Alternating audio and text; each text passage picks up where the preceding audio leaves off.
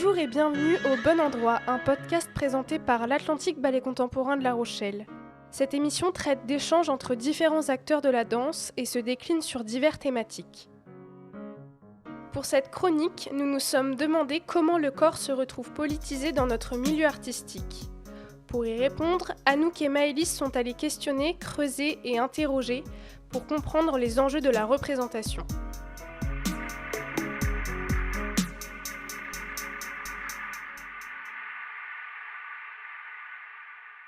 Salut Maëlys et salut à tous ceux qui nous écoutent.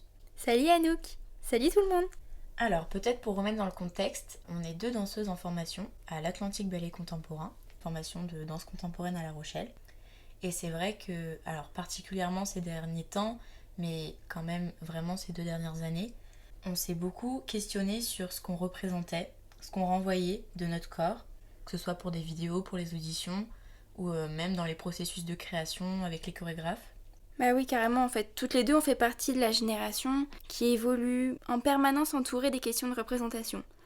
D'ailleurs qu'elles soient d'ordre racial ou de genre. Pour moi, elles sont complètement omniprésentes. On nous parle souvent de quotas, enfin, du moins c'est ce que j'ai l'impression, de quotas de femmes, de personnes racisées, ou même de personnes atteintes de handicap. Ouais, on nous parle de comment c'est plus actuellement, avec des grosses guillemets, politiquement correct, de voir une majorité à la tête d'institutions comme les CCN pour ne citer que, une majorité d'hommes blancs en fait. On sent bien que, et encore plus dernièrement avec tous les sujets hyper actuels, qu'il y a un vrai enjeu politique dans l'art et pour nous plus particulièrement dans la danse. Moi je sais que ça me questionne sur les frontières, ces frontières-là entre le politique et l'art. Surtout pour nous, tu vois, en tant qu'interprète, inconsciemment, est-ce qu'on lui porte peut-être pas malgré nous, une vision tout à fait politique de cet art? Oui, en fait, quand est-ce qu'on est politisé? Quand est-ce que notre corps envoie quelque chose de politique? C'est les vraies questions qu'on se pose. Et moi, j'avais envie de vous proposer une petite définition proposée par Hannah Arendt, qui est politologue et philosophe allemande. Alors, Hannah, elle nous dit « La politique prend naissance dans l'espace qui est entre les hommes, donc dans quelque chose de fondamentalement extérieur à l'homme. Il n'existe donc pas une substance véritablement politique. La politique prend naissance dans l'espace intermédiaire et elle se constitue comme relation. » Je pense qu'en parlant de relation, elle fait référence aussi à notre société, au regard qu'elle nous porte, puis peut-être même aux cases, tu sais, dans lesquelles elle nous range. Je sais pas pour vous, mais moi cette citation, elle me parle vraiment. Dans les studios, on nous parle en permanence de relations, que ce soit de relations aux autres, relations à l'espace. Et cette définition, pour moi, elle fait écho à toute cette histoire de relations. Qui je suis sur scène? Qu'est-ce que je représente? Du coup, ça nous amène un peu à la question de représentation finalement sur le plateau. Et moi, je vous propose d'écouter un extrait de cet échange qu'on a eu avec les chorégraphes, co-directeurs, co-chorégraphes de la compagnie Sine Qua Non Art, qui est donc une compagnie rochelaise.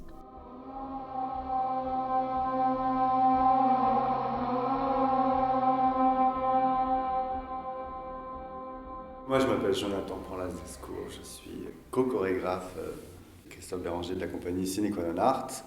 On dirige aussi l'ABC, l'Atlantique Ballet Contemporain, en tant que coordinateur artistique et pédagogique.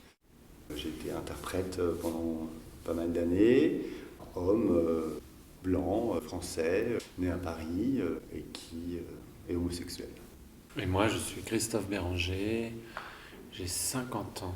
Je suis un homme blanc, d'origine sociale modeste, homosexuel.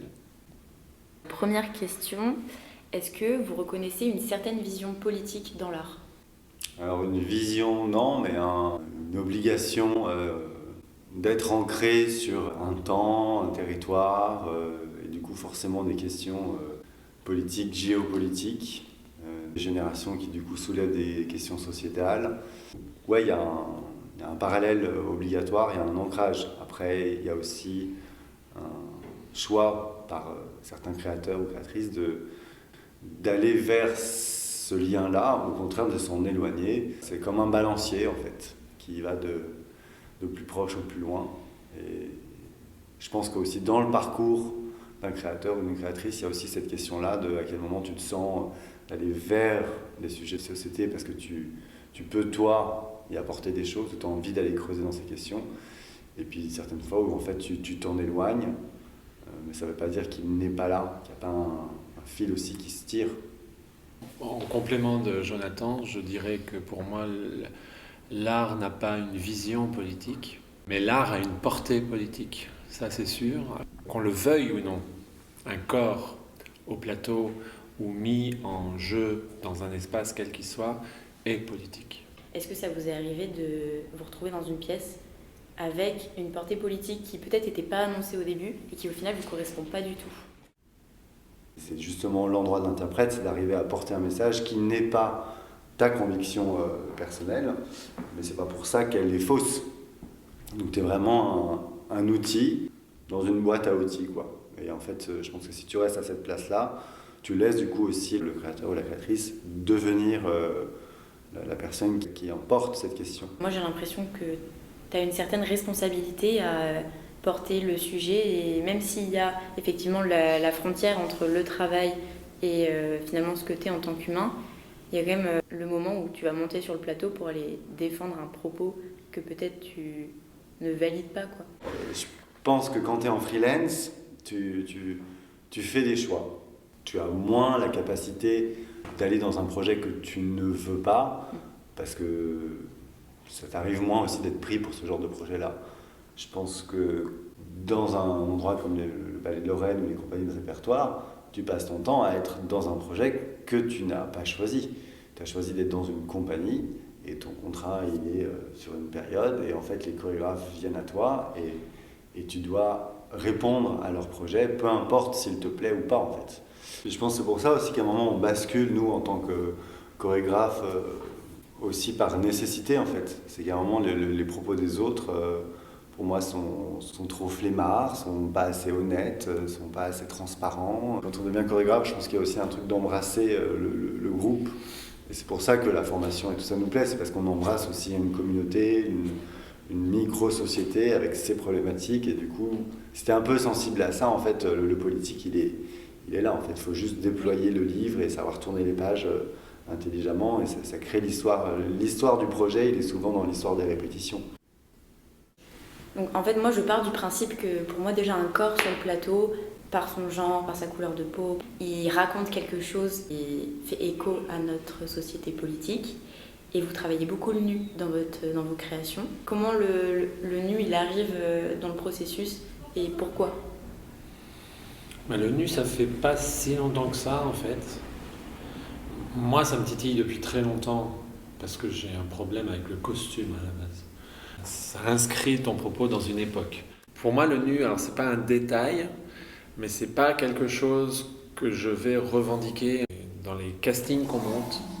On aime qu'il y ait au plateau des corps très différents, des âges très différents, des races différentes et des parcours de vie, des orientations sexuelles différentes. Et du coup, je pense qu'on est assez sensible aux communautés variées, diverses, aussi pour habituer l'œil du public. Et effectivement, de voir à un moment donné ces corps différents, ces histoires humaines différentes se mettre à nu, ça en dit long aussi sur les masques, sur ce qu'on porte, sur ce qu'on est. La nudité, c'est une des portes qui du coup te permet d'aller à la question suivante, quoi. En fait, elle n'est pas spécialement plus politique que le corps habillé en fait. Dans Nos désirs font désordre, les torses sont nus pour hommes et femmes. On n'a pas voulu être nus totalement, mais là on est invité peut-être à faire une tournée au Canada, et une des conditions pour un des théâtres, c'est de ne pas montrer les seins, les poitrines des femmes, comme ça a été la question pour la Corée. Et moi j'étais tout à fait ok pour dire ouais, en fait ce projet il peut complètement exister comme ça. Par contre au Futuro, en Ancestral, ça ne se fait pas avec un slip. Si on nous propose ça, dans ce cas-là on ne fera pas le projet. Parce que ça fait partie de l'ADN du projet et c'est la clé pour aller plus loin.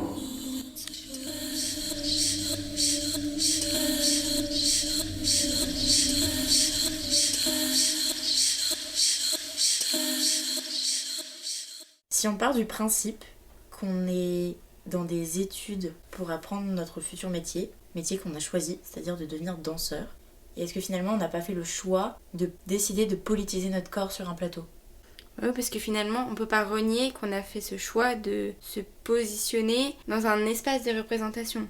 Et pour moi, cet espace des représentations, en fait, c'est l'espace où tu te mets à la merci du regard du public. Son regard, il est tatoué de sa construction interne politique, qui est plus ou moins déconstruite en fonction des personnes, de leur expérience et de leur passé.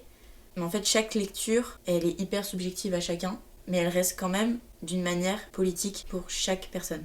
Oui, puis nous, en tant que danseurs, est-ce que finalement, c'est pas un peu idéaliste de penser qu'une danse puisse aujourd'hui vraiment être uniquement du divertissement? Est-ce que finalement, il n'y a pas une espèce d'accord tacite, tu vois, avec le public de moi, je monte sur scène, donc je suis politique parce que je me tiens face à vous, avec qui je suis, avec mon histoire et tout ce que ça représente. Et puis peut-être que finalement, le choix de se positionner à l'inverse du politique, le choix de faire la politique, c'est quand même un choix qui gravite autour de ce terme dont on parle depuis le début, la politique.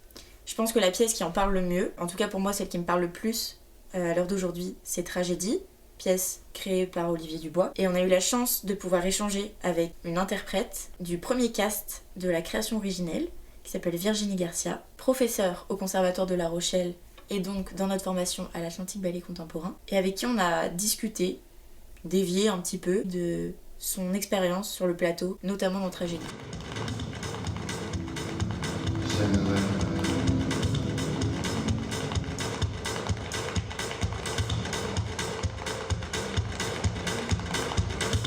Je m'appelle Virginie Garcia, j'ai 53 ans, je suis mariée, je suis une femme, j'ai 2 enfants, 2 garçons.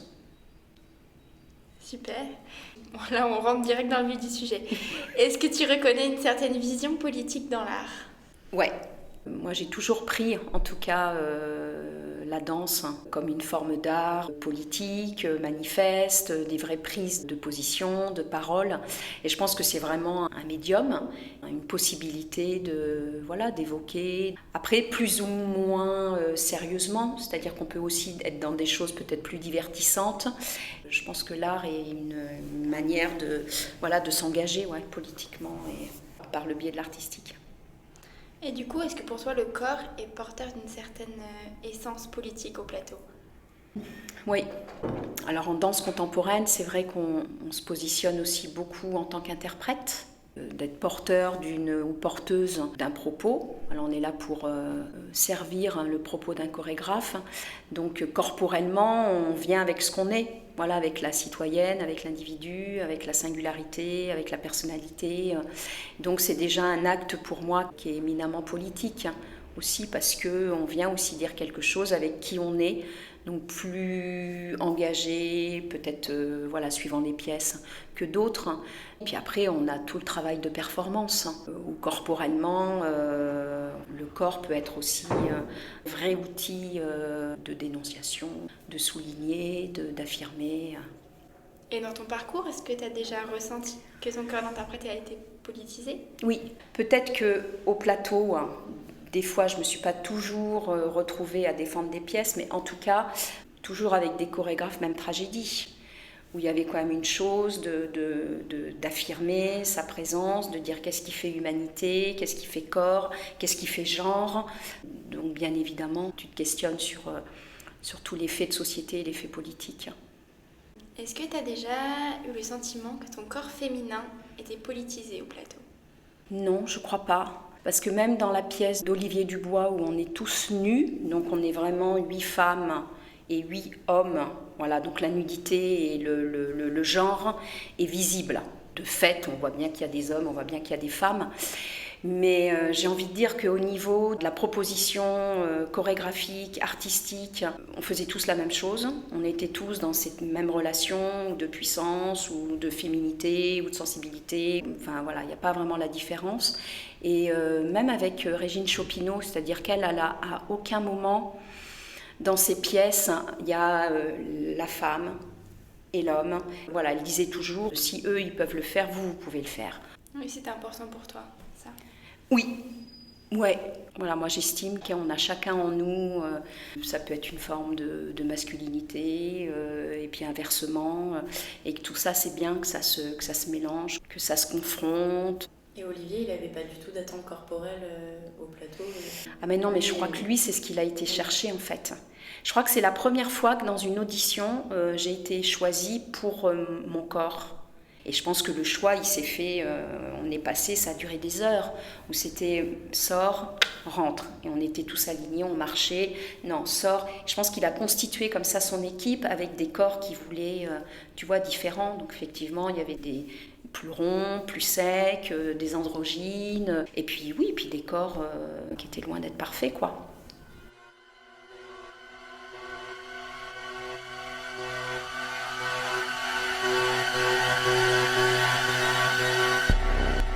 On espère que vous avez réussi à vous perdre avec nous dans cette réflexion. Et on n'est malheureusement pas en capacité de vous donner une réponse concrète à ce problème plus que subjectif.